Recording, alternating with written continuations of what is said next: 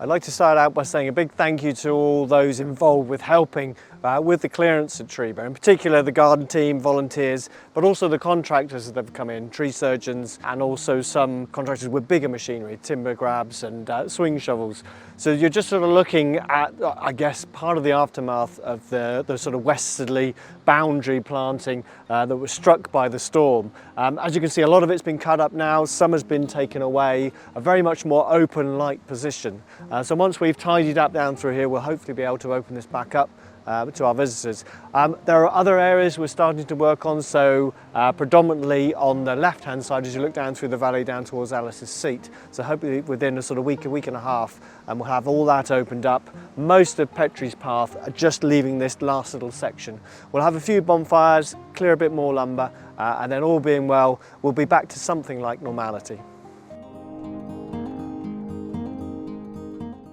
Here you can see the scale of one of the large trees that came down in the garden, again along the westerly boundary.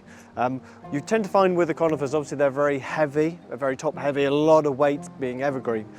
So that sort of added to the wind sail. So this is a big Cupressus macrocarpus, somewhere in the region of about 130 years old.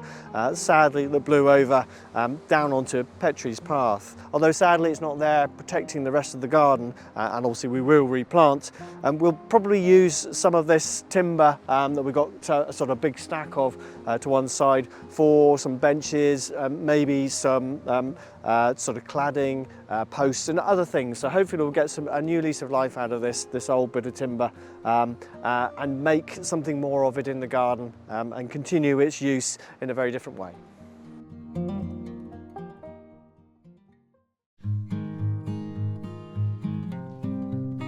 Although we're not out of winter yet, there are just some little tentative signs that spring is on its way. As you look into the middle of the valley, the Acacia delbata in particular is just starting to flower at the top, and some of the rhododendrons are just starting to bud up and the buds are starting to open as well. So it's quite an exciting time of the year for the garden, and there's lots of little things, little details that are starting to come out. We often talk about early colour in Cornwall, and tends to be more of the sort of shrubby plants, obviously like the camellias and the rhododendrons. But one of the best flowering trees that you'll get, and especially in the Cornish gardens, are the magnolias. This is Magnolia campbellii, one of our champions at Treba. It's a fantastic specimen, just starting to break bud now, so probably about 5 or 6 flowers open.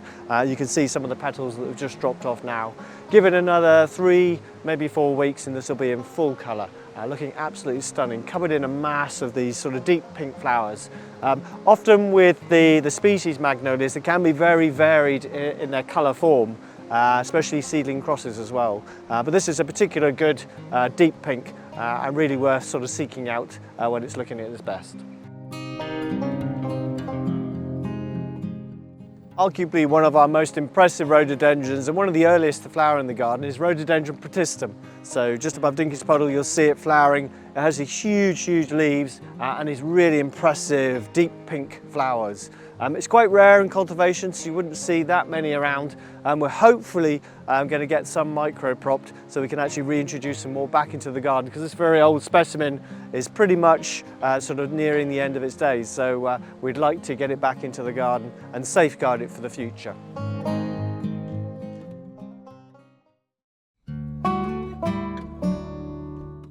We're very fortunate to have this sort of historic collection of arboreal rhododendron crosses that were grown for the garden and other gardens around the UK. There was a local nurseryman called Richard Gill who grew a lot and crossed a lot in the very early days when they were being introduced back into the UK. And some of them were planted at Treba. Many of the ones you'll see around would have been some of those original named varieties. Sadly, a lot of those names got lost in translation over the years. So we're hoping to identify some of those, get some of those labelled up again, and also most importantly propagate from them. Another one that's really important for us at Treba is this Arboreum Blood Red, this really deep red form.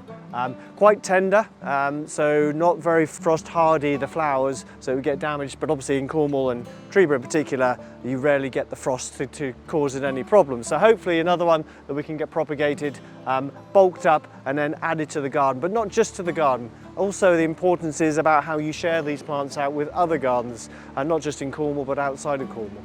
If we can spread these plants around and know where that stock is, then if you ever needed to in the future, then you can then call back on that and then propagate from that again.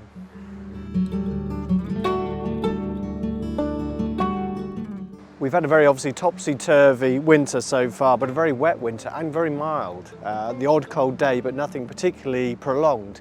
And I think that's why things like the myrtle, this is Amomyrtus luma, formerly Myrtus leclerariana.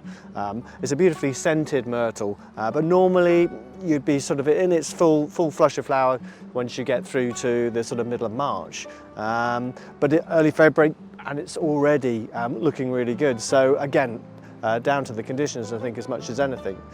We've got this planted in various locations around the garden. Major Hibbert was very keen on scent in the garden, so hence these planted in different spots, just to sort of draw you around the garden.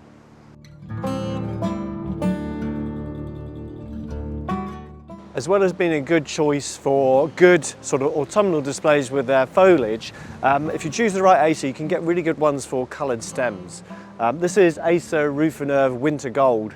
It has this lovely sort of striated, patinated bark and the sort of colourful bud tips just before it starts to form the foliage.